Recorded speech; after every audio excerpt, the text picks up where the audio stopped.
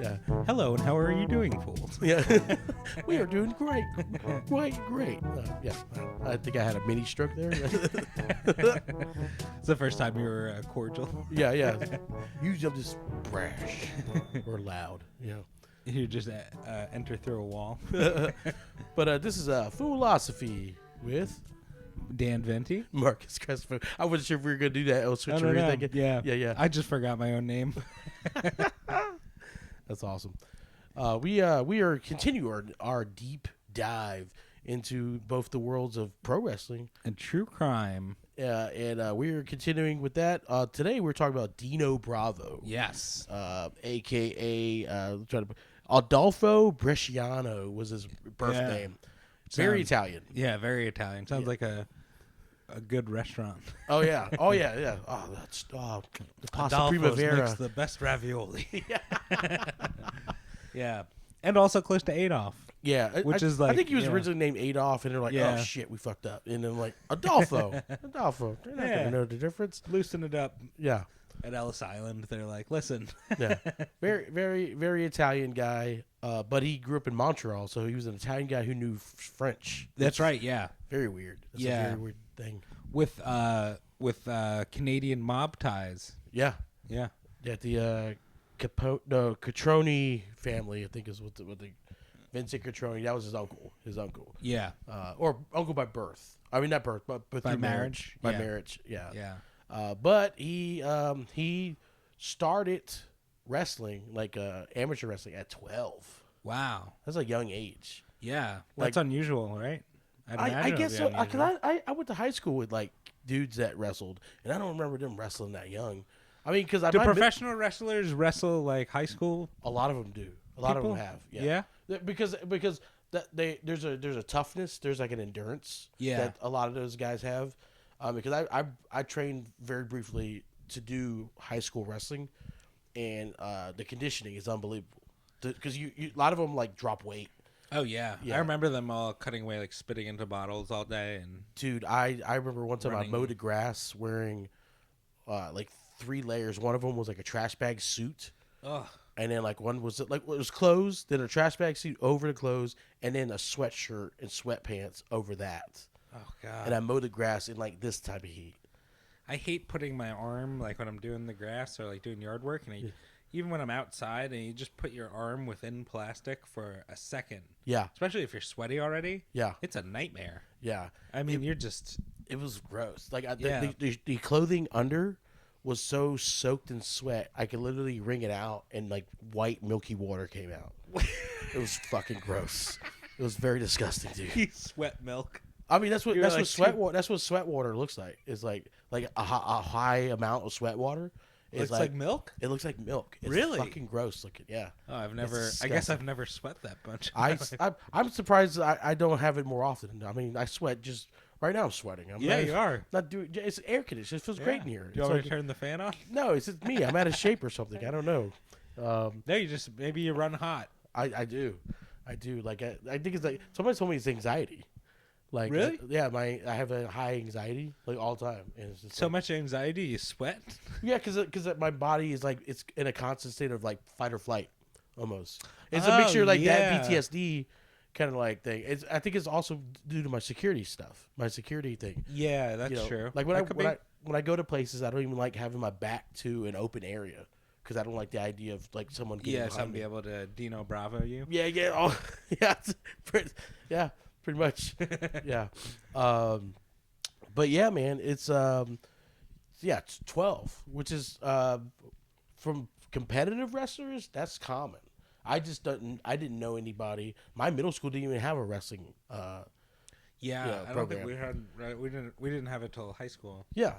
So, but I mean, but also the people that were competitive wrestlers, those kids went to like private schools or something like that. Yeah, yeah, those were like the really big ones, or like you'd always hear. They would always be like, I don't know if there's, I'm sure they had it here. Like you grow up, you always hear about one kid who's like the best wrestler ever. You know, it's like one kid who beats everybody in the state or whatever. Yeah, we had a couple. Like my high school had we had a state champion and 2 state runner-ups in like the lower weight class. I sparred with them. Yeah, I was a little bit heavier because one kid he weighed like 114 pounds. Oh, but he was strong as fuck. I mean, it's just. Yeah. Well, I mean, but I was like 200, just like sandbagging this motherfucker, and it felt good. I was like, I beat the state champ, but I mean, he's like a twig.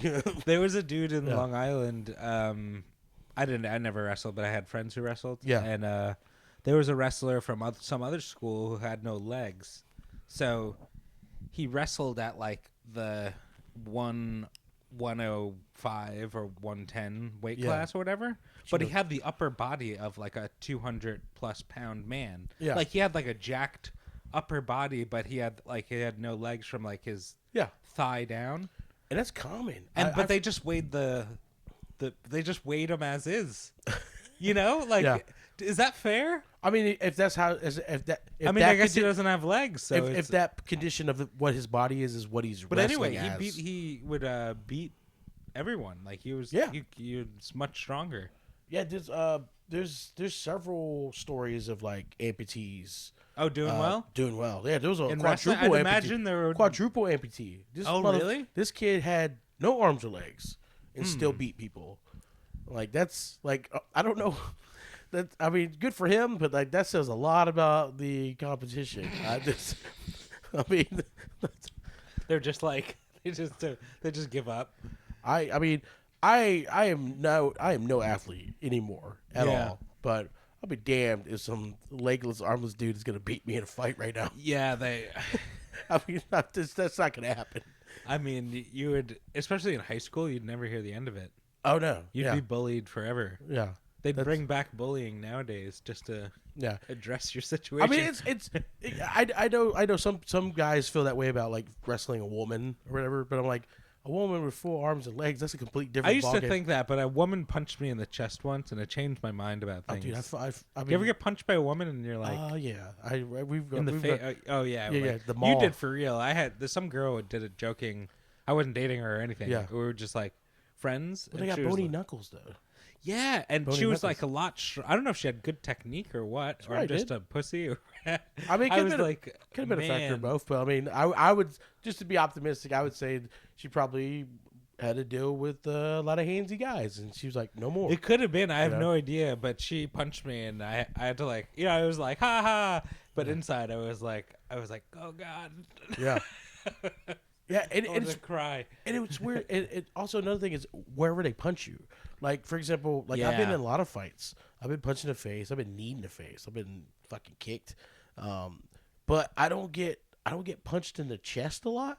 So that area is probably more sensitive than my face. Like the face is no biggie. Like yeah, I guess so. I don't know. I watch UFC once in a while. Yeah. Not often, but like I'll just see a dude get like kneed in the face or punched in the face, and I'm just like, man. And I'm aware like your pain tolerance ascends like if you're doing that all the time. Like you just get used to being punched in the face, and it's like no big deal. Yeah. I played lacrosse when I was in high school, and I was a goalie.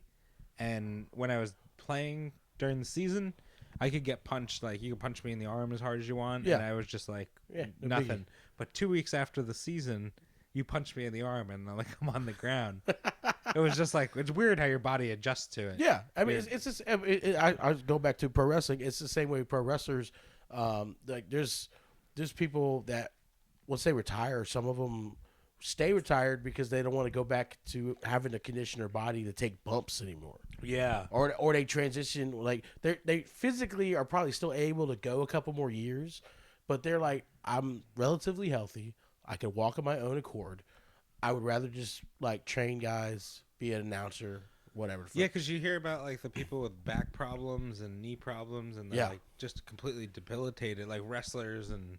Yeah, I mean, we mentioned in the last episode about Bruiser Brody, and essentially that's pretty much what was happening. Was I mean, he went hard for 70s and 80s, and he wanted to get out. He wanted to get into the other side of it. The other side of it. Yeah, and, it's understandable. I mean, it would be like an athlete in like the NBA or something retiring and then getting into commentating. Yeah, or I guess owning a team. Yeah, it was more like what he was going for. And I think going back to this episode with Dino Bravo, I think this is his result of his life was when there's no guaranteed contracts, and he basically was like living an MC Hammer lifestyle. Yeah, hemorrhaging money because his lifestyle was so lavish, and he had no contingency plan.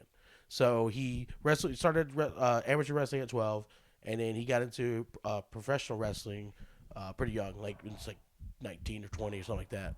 And then he wrestled throughout the territories in Montreal and throughout Canada, throughout the United States. He started in 1970.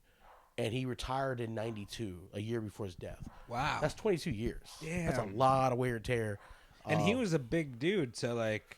Well, he was a big dude after... Okay, so he wrestled all the territories. He then wrestled for WWE, or it was like WWF in those days, or WWF probably at that point. And the website? Huh? Yeah. They had him... At that particular time in the early to mid 80s, they had him feuding with Hulk Hogan. Oh, okay. In a series of matches, and the thing is, they wanted to do a match in Canada, but then they nixed it because Dino Bravo was so over in Montreal or anywhere near there that the fans were gonna boo Hogan, the face, and cheer Dino Bravo, the heel. Yeah. And so they didn't want we that. can't have that. Yeah, that's going back to the whole protecting your star. Yeah. So, but that pissed off Dino Bravo to the point where he literally quit. Oh, wow. He quit. Yeah, he quit. So that's why he left? That's why he left initially. Because at that time, also, his wrestling style was different. He was more technical, meaning like... technical is usually like where there's like a more like Bret Hart. If you watch a Bret Hart match, compared to the Ultimate Warrior, where it's just like punches and clubs. Where Bret Hart was like he did holds and all that stuff. So his style, he was lighter. He was leaner. He was lighter. He did more technical style of wrestling. Then he quit, and then he tried to start. He established his go back into basically he was like the head of his federation in Montreal. Like he was a wrestler, he worked away to champion, and then all of his wrestlers jumped ship to WWF, and that's when he jumped ship. Then when he quit, he went back into it, but then they couldn't keep up. At that point, WWF had I mentioned before, WWF had basically pilfered all the territories of all the top talent to the point where the territories couldn't keep up. Right. And so his federation ultimately folded. Which is this is all funneling into his final days basically, because then it forced him to go back to the WWF. Right. And at that time, this was in the mid '80s now, and this was the big bulky veiny steroidy guys. Yeah, he teamed up with Earthquake. Yep. Right. Yep. And at that time, Earthquake was called Canadian Earthquake. Canadian Earthquake, which I just yeah. Canadian Earthquake. Yeah, because I think John Tenta was also Canadian, but that was his original name was Canadian Earthquake, and so but I think they just shortened it to Earthquake because it's like that's what they eventually do. That like dude Undertaker, was huge. The Undertaker when he first joined the WWF was called his original wrestling name was Kane the Undertaker. Oh wow! And then they got rid of the Kane, and then years later they brought in Kane, his brother. Yeah. So wow! Oh, I didn't know that. Yeah, I'm a nerd. That's good. But so when he came back, and he had gained a significant amount of muscle mass. He dyed his hair blonde. He wore the fleur-de-lis, the little Canadian symbol, the little whatever on his like. Oh, okay, cool. I know. I pressed a button. I didn't know if I turned the mic off. Yeah. I think you you can. Okay. And then so basically he changed his style of wrestling completely. He became like a brawler. Yeah. Like it was just punches and kicks. And the thing is like his popularity waned because Vince to this day Vince still doesn't like to put foreign guys or guys with an accent on the mic. Oh. And he definitely didn't like it in the 80s. Yeah. So you have one of the biggest stars in Canada. Did Dino Bravo have an accent? Oh, yeah. He had an accent. Oh, okay. I've never heard him in an interview. Yeah. It's he wasn't much of a speaker, and they didn't allow him to speak. Because they, That's so funny. Vince is just like, no accents. Yeah. He's brutal, man. He's there's a lot of things. There's a lot of little things, little details that he didn't like, and it actually caused people's careers to like stymie and like stall. Yeah, well, yeah. So you have this big megastar. He's a huge star in Canada, huge star to the point where they had to like change, like nix a whole program. Like they couldn't do Hogan. Yeah, and he wouldn't put him on the mic because he had an accent. He's like, well, people are not going to understand him. It's like, well, you're trying to build a foreign hill. I mean, they put the Iron Sheik on the mic. I mean, but then the Iron Sheik's a completely different ballgame. He's another entity altogether. His Twitter is a national treasure. Fucking the best. He's the best. But I mean, this guy also his promos. He had a hard time speaking English because in Montreal they speak French. Right. So it was like broken English, and it just you got a guy that's built the way he is. You almost don't want him on the mic if he can't cut a promo. Yeah, because it takes away from it. Yeah. Have you seen Brock Lesnar cut a promo? No. Okay. Yeah. Exactly. Brock Lesnar sounds like a little bitch. Yeah, he just stands there. He does. He sounds like a wimp. He does. Oh, really? Yeah. It's not a very intimidating accent. Hey, everybody. I'm Brock Lesnar. It kind of. Really? I mean, honestly, it's not. It's as jacked as shit as he is as a person. Yeah. It's a Mike Tyson scenario. Oh, okay. Except minus the lisp and stuff. Like his brain can't keep up with his body. Yeah. It's just. It's very soft spoken and almost effeminate sounding. Yeah, and it's like, but you like I'm saying it on this podcast, but I probably wouldn't say that to his face. No. You know? I mean, it depends on how much drinks I've had. He'd do that punch. Yeah, I was knocked right out. He'd be wobbling. Yeah. No, I wouldn't wobble. I wouldn't be still standing. If Brock Lesnar punched me the way he punched Braun Strowman in that clip that you saw. Yeah. There's no. Yeah, that was right in the button too. Like Braun Strowman's built differently, I guess. Yeah. Because that was a good shot. That was a nice shot. Yeah, that's nuts. That clip was wild. I watched it like 10 times. Yeah. Did you ever watch wrestling WWF in the what they call the golden era, which is like the 80s when like Hogan and Andre the Giant? So did you ever see Dino Bravo? I believe so, yeah. Okay. So I watched it all growing up and then up through probably until I was 14. Okay. But it fell off in the last couple of years. So like probably growing up until like age 10 and 11 maybe. Yeah, is when I like really liked it, and up until then, and then it kind of faded off because I got into other stuff. But I remember all these guys you talk about and bring up and stuff. Like I remember them. Yeah, but I don't know most of these stories. So also his like when I remember him. I mean I remember also owning. I still own some. I got Brennan gave me some. I guess his uncle gave him some.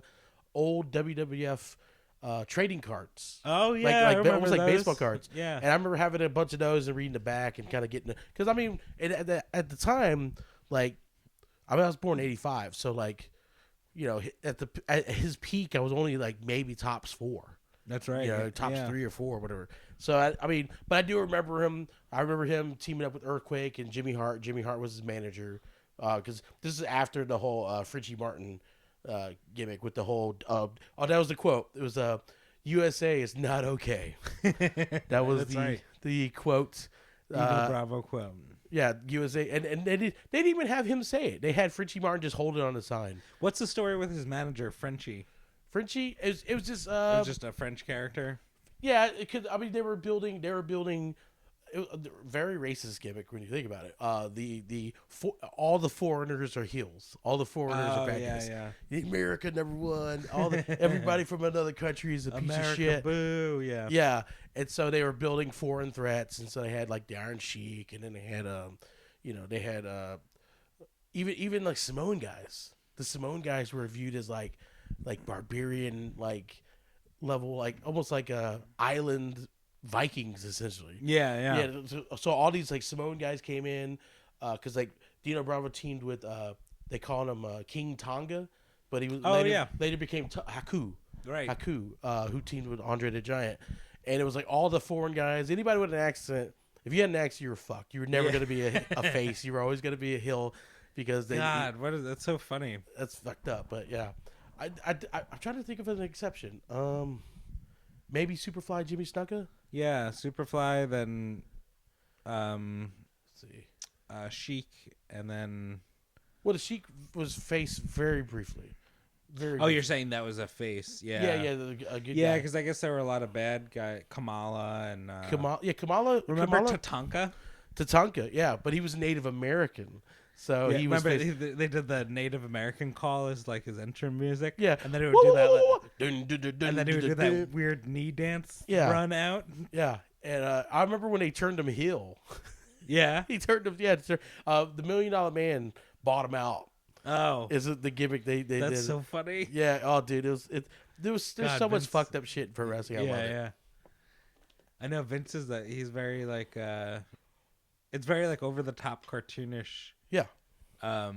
Like stereotypes of people and character, you know. Yeah, and I mean But that's how things were, and exactly. You know, that's how things always were. He was, I think, he was in tune for many years. I think recently, I still watch it. So like, I still watch. Yeah, what does he do now? He's out of touch. Yeah, he's out of touch. Because does he still do the same things? Like he still wants to fall in the trap of building, like, okay, so the exception would be like Brock Lesnar.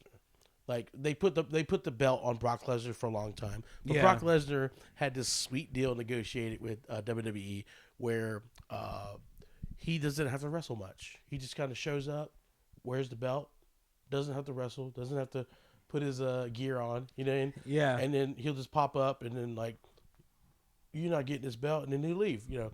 And like a lot of the fans didn't like that. They wanted a fighting champion. Yeah. They wanted to see the belt more often. Yeah. But there's an appeal. Raise the stakes. Yeah, there's an appeal to building up a guy like, oh yeah, not only I'm barely gonna wrestle, but I'm a legitimate badass, and you're not gonna, you know. But which is tough to do in today's day and age with the whole internet and stuff. Yeah. But yeah, everyone's so exposed. But then here's where he's out of touch. Is he still has what his idea of what a champion should look like and be? Oh, and he'll push those guys. He's still despite like what dudes? The crowds want. Oh, so like let's say like the one of the biggest examples, and they were smart enough to finally realize it and play the angle. But there was a guy named Daniel Bryan. Yeah, Daniel Bryan. Before he joined WWE, he was Bryan Danielson. He was like this international. He wrestled in Japan. He wrestled all over the United States and the Indies and stuff like that. Huge star, little guy. He's like 5'9", maybe 210 pounds, right? And so the other guys. He's a recent dude, huh? He's recent, pretty recent, yeah. So they built up this match where Daniel Bryan was white hot. I mean, I'm talking about he had this thing where he'd go, yes, and he would like throw his fingers up, and everywhere he went, it was like Stone Cold Steve Austin level enthusiasm. Oh, okay. It was insane. It just caught. So they built up this they built up to WrestleMania 30 in the Superdome. And so they originally had the match without him in it. It was going to be a fatal 3-way or whatever for the belt, and it was all these big. It was like Triple H and like Randy Orton and like Batista, 6'4", 6'5", 6'6", 280, and people were like, "Oh, okay." And so they played this angle.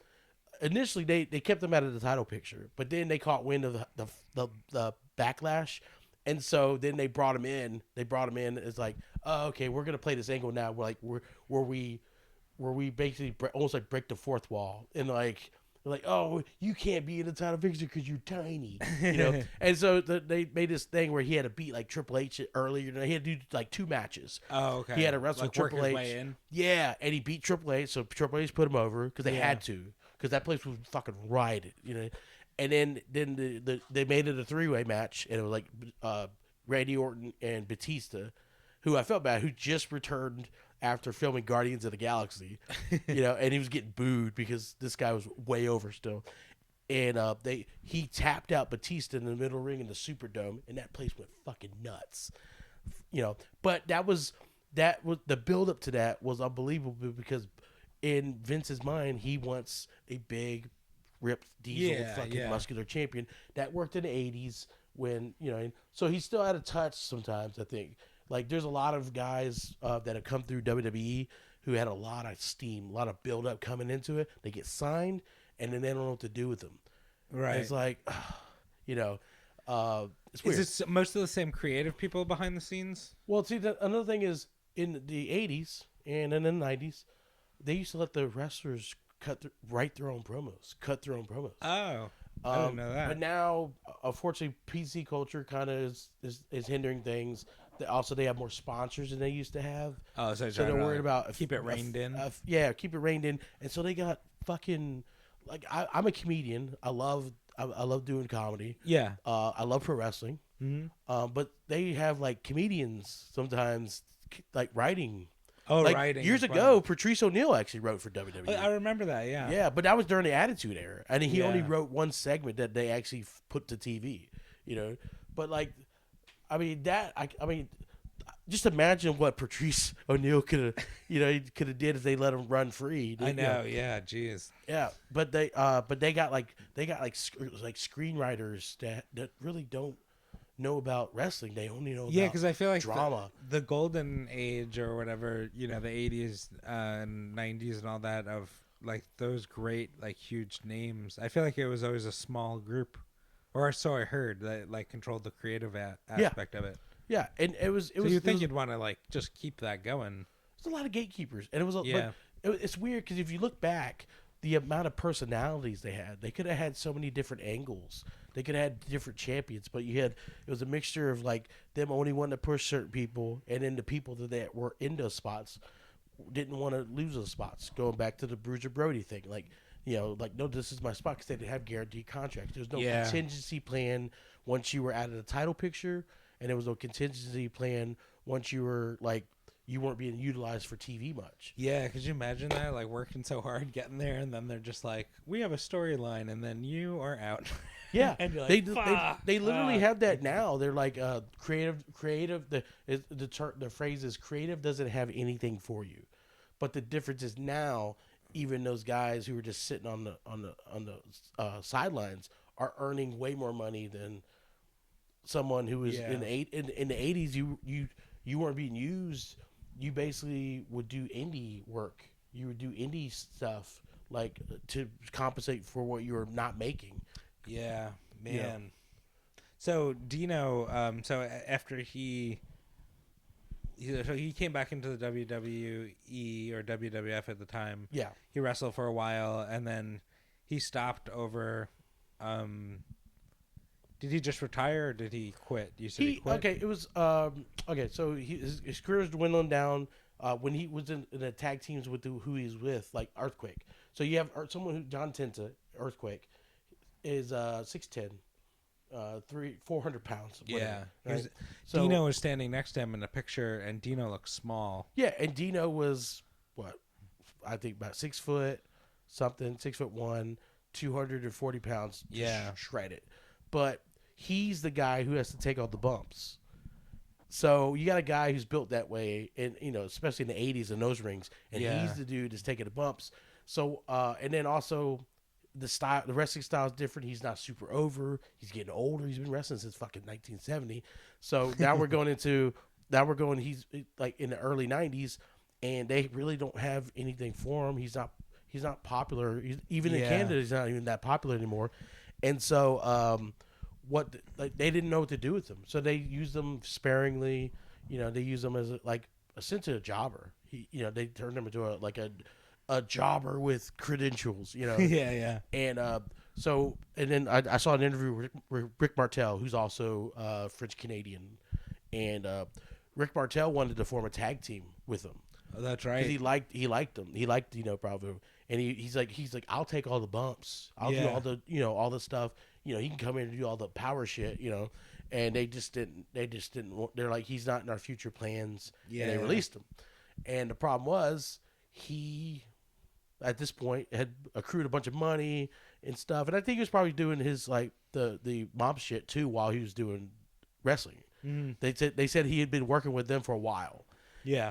But then what happened was then he's no longer working for WWF, doesn't have that paycheck coming in. He doesn't want to move to Turner with WCW. And so he started training wrestlers, but that's not bringing in the type of money to live up to his lavish lifestyle. Right. So he started getting into the mob stuff. Yeah. More heavily. He has all those and roots. And then also he used his wrestling notoriety to formulate partnerships with the cigarette guys, because they said they were basically there was like a riverway that ran through Montreal. Yeah, and around the riverway, they said the Rick Martel referred to them as the Indians, but the indigenous people had their hands involved in anything that went by the river.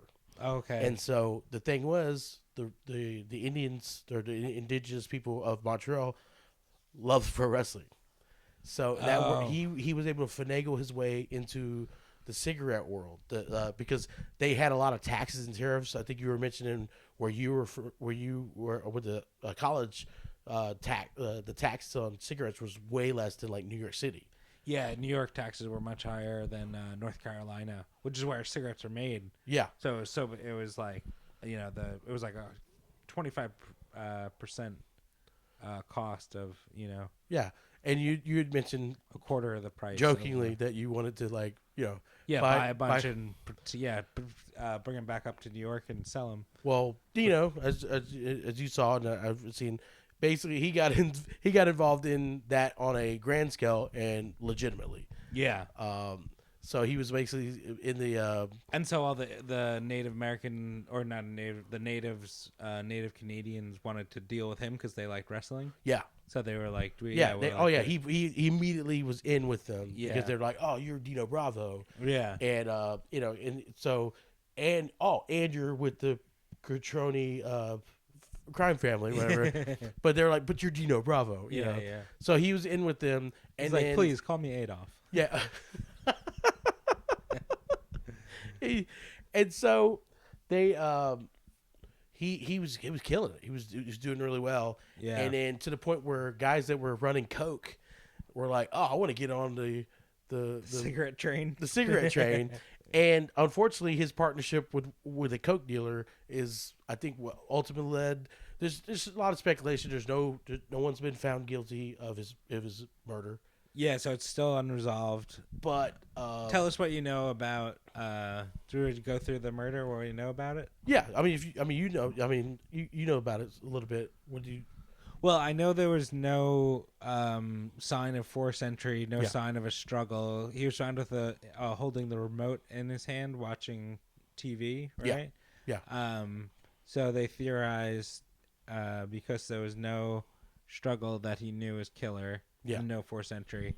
And then neighbors didn't hear anything, so they theorized silencers. Yeah. Which sounds like more of a mob or gangland style hit, Yeah, he was executed. Yeah, executed. And 17 shots either total or you said possibly 17 to the head, which makes... I feel like his head would be a puddle of mush. Yeah, it'd be like that. You ever seen the movie Drive?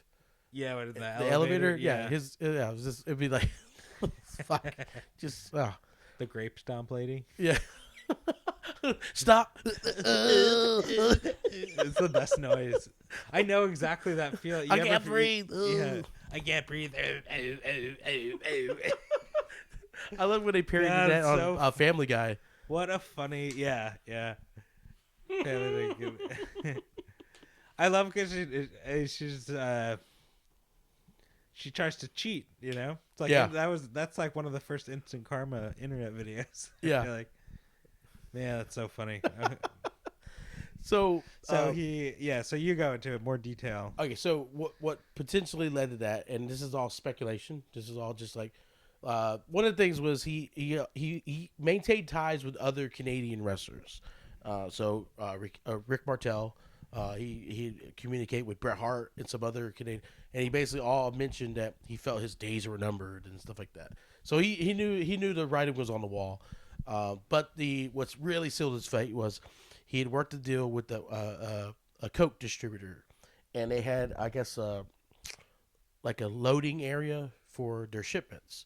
So they had it was like a mixed shipment. It was like Coke and cigarettes, like kind of like that.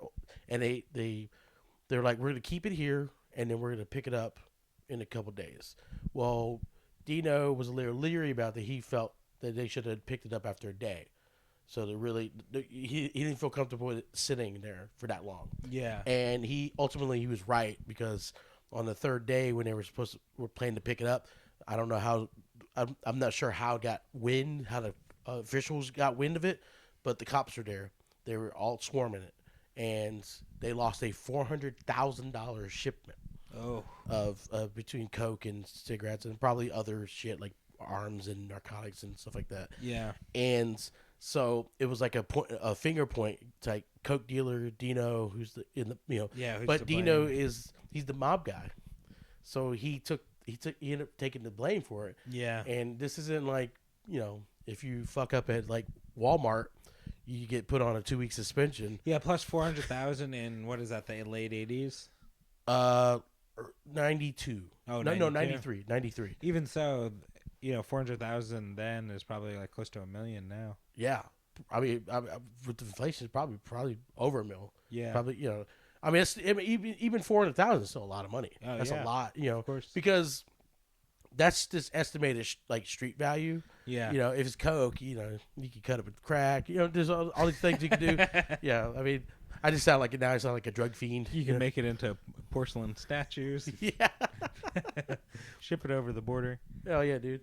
And so that was just a speculative amount, 400,000. Yeah. But it's a lot. It's a lot, and unfortunately, in that world, you have to pay. Right. It doesn't matter if you were the nephew of the guy who founded the crime family. Yeah. You fuck up, and and so they basically did him like what was a Godfather 2. The brother, Fredo. Yeah. Fredo. They basically pulled a Fredo on him. Or Sonny, really, with the toll booth. Oh, okay, yeah. The way they eased him into was a Fredo style, but the way they actually killed him was Sonny. Yeah, it was overkill. Or like Sopranos, or like the classic, like going to the bathroom, coming back with a gun and shooting someone in the back. Yeah, without them looking. That's what it sounds like I think happened. Michael did that in a restaurant with the cop. And yeah. I think, That's like. Yeah. Well, that's why I theorize the ending of Sopranos comes from Godfather. Oh, okay, gotcha. It's like the guy going to the bathroom and then. Yeah, and like you mentioned before, I think that's what they speculate was like. They're like, hey, you want to watch a movie? Yeah, I'll watch a movie. Yeah. I gotta go take a poop. Yeah. Cap. I gotta go relieve myself. Yeah. 17 shots, and like I said, like I most of them were like 17 shots total, which is still excessive. That's unbelievable. That means you have to either have a clip that has 17 bullets in it, or they reloaded, which really sounds like or use multiple guns. I mean, either way, that sounds like someone who was close to him. Yeah, they sent to do the hit. It was like a message, or like, but yeah, it sounds. But it was personal. like a message sent, or someone they had that was close to them. They had to do the hit. Also, who lost a bunch of money in on that. Like that sounds like lose. Like you have your buddies like, hey, dude, put all your paycheck on cryptocurrency, and then you lose your fucking shirt. Next thing you know, you choke out your neighbor Dave.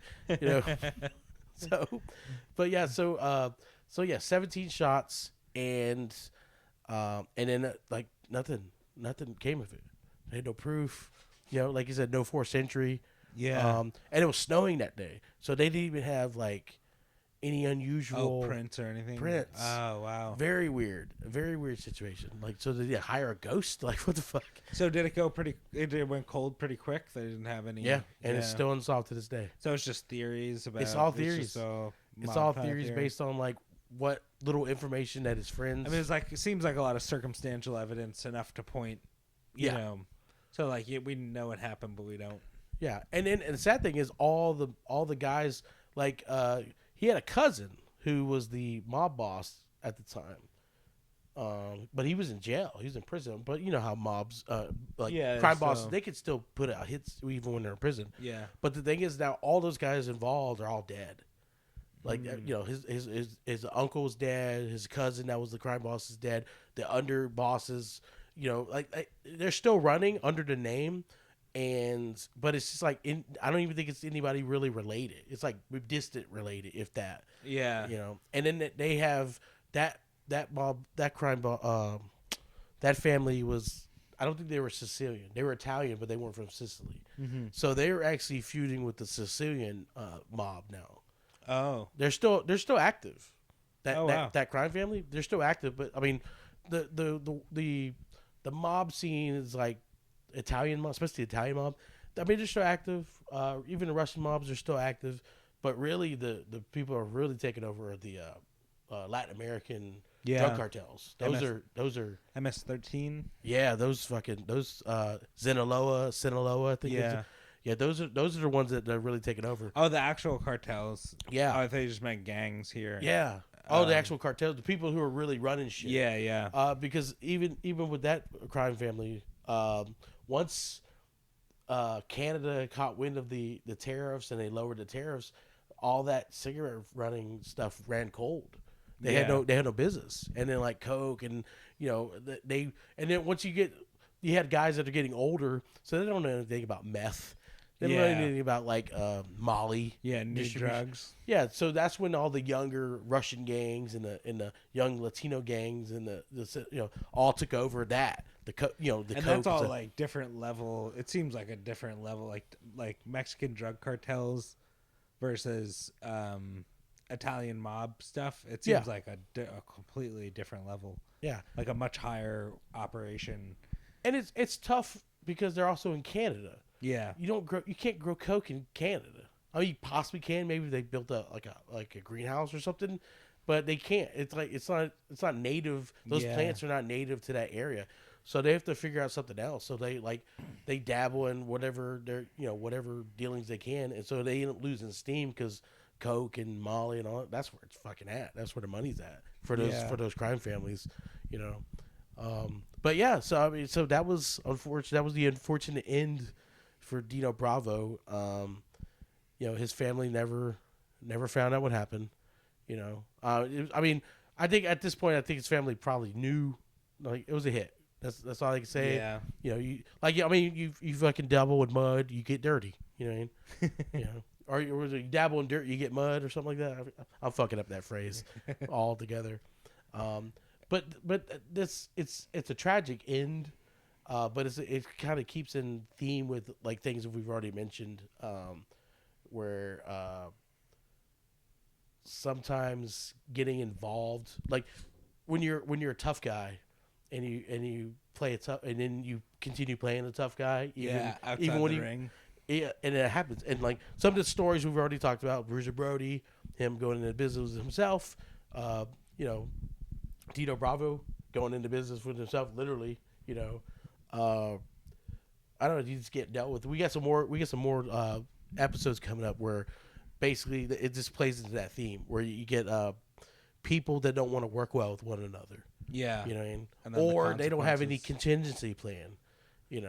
Yeah, and that leads to extreme behavior decisions. Yeah, when people feel like they have no way out or like no other option. So, and then the other thing is just lavish lifestyles. Yeah, lavish lifestyles, because we got some.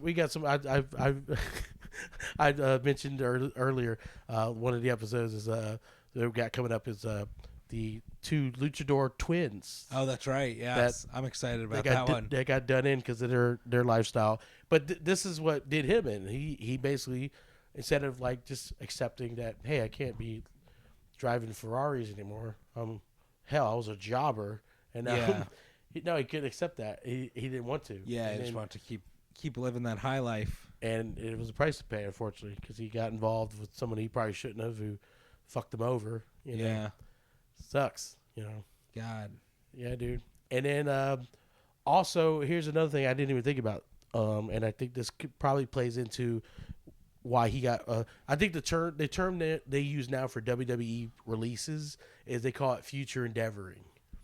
So the term that, like, for example, let's say you're a wrestler, and then WWE released you, and they're like, we came to terms with the release of Dan Venti. Best of luck in your future endeavors. Okay. It's what they use on Twitter and stuff. Okay. So they call it future endeavoring. Okay, now. That's funny. So yeah, future endeavoring. And so one of the things I just thought about, like why they may have future endeavored Dino Bravo, is remember he changed his gimmick when he came back. Yeah. So he's this big, swole, muscular guy. And what happened in '92? The steroids, the Supreme Court steroids thing with Vince McMahon. when it outed Hulk Hogan and Ultimate Warrior. And so that was probably played into, we don't have any future plans for Dino Bravo because look at it, he's look at him, he's yoked as shit, and he's old, you know what I mean? Like so, and he's not as popular as he used to be. So all those probably played into it. So that's where I mean, like all the things like tying in together. Yeah, that's true. That's a good point. I bet that is. So yeah, part of it. They probably had to consider it, Yeah. So like, I mean, they kept Earthquake because Earthquake. But he was like, fat. I mean, he was fat. Yeah, exactly. Yeah. He was just a mountain. He's a mountain of a man, but he wasn't like cut by any means. No. So his spot was secured. He looked like a comfortable chair. Yeah. like a expensive beanbag or something. Yeah, it's like a sexy IKEA beanbag chair. Yeah. But yeah, so that was something I thought about just like recently. It was like, oh, that's probably why. It was one of the reasons. I mean, yeah, the other things may played a factor. Oh, like he can't cut promos and blah blah blah. But like, also look at this guy. He's fucking. Yeah, he's like the shining example of what was wrong. What they're saying is wrong to him. Yeah, because even in that time frame, I don't know if you paid attention to wrestling at that particular time, but like Hulk Hogan. Yeah. He looked real different. Oh yeah. When he stopped juicing up. Oh yeah. Yeah, it was a very weird.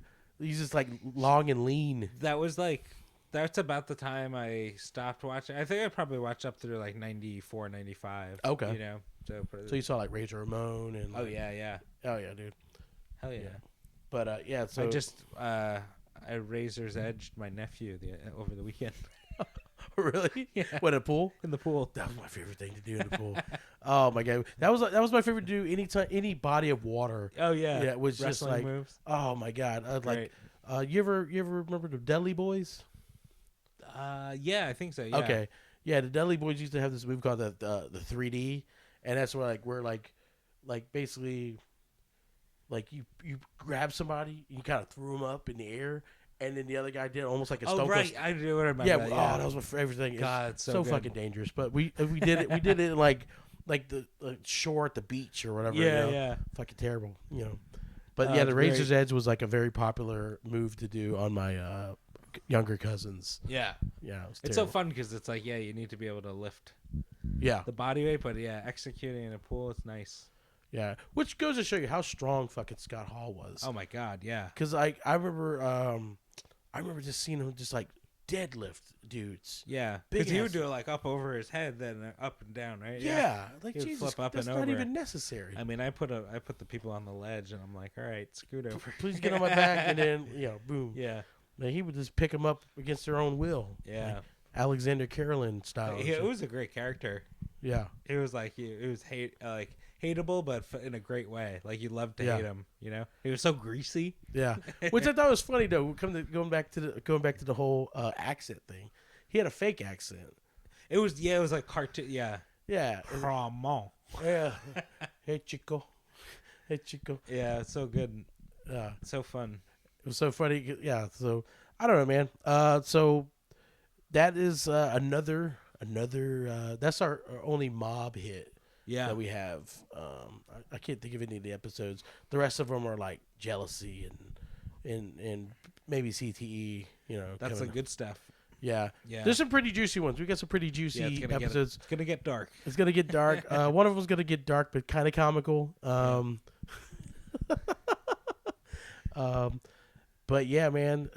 So that's like a theme that's like flowing through each episode. It's like the fact that a lot of these guys didn't have any game plan after their careers ended. Yeah. You know what I mean? Most guys like most guys, I don't know, go into real estate or something. They don't go into fucking. That's everyone's backup plan. Yeah, no, we're gonna sell fucking Lucy's, with the Indians at the fucking in Canada, and hook up with this guy named Dave. He's a coke guy, and he fucks me over and clap, 17 shots, supposedly to the head at one report. I don't know. That's a weird. That was an actual link. I clicked on the link and it was like it looked official. I mean, it could be like a spam thing. I probably got a virus on my phone now, But yeah, 17 shots at it. That's excessive. Man. Yeah, that has to be personal. Yeah, or they use overkill. They call it. Or they use a tiny ass fucking gun. 9 shots. He's still alive. It's like the gun from Bad Boys that shoots like 4 bullets. Fuck, man. All right, well, that's been our dive on Dino episode. Dino Bravo. Until next time, it's cool to be foolish. Oh yeah, dude. And hit us up on Instagram, like our YouTube page. Yeah, man. And if you watch the episode, fucking send us a screenshot. That'd be dope. Yeah. To be the Fool of the Week. Fool of the Week. Fool of the Week. But yeah. All right.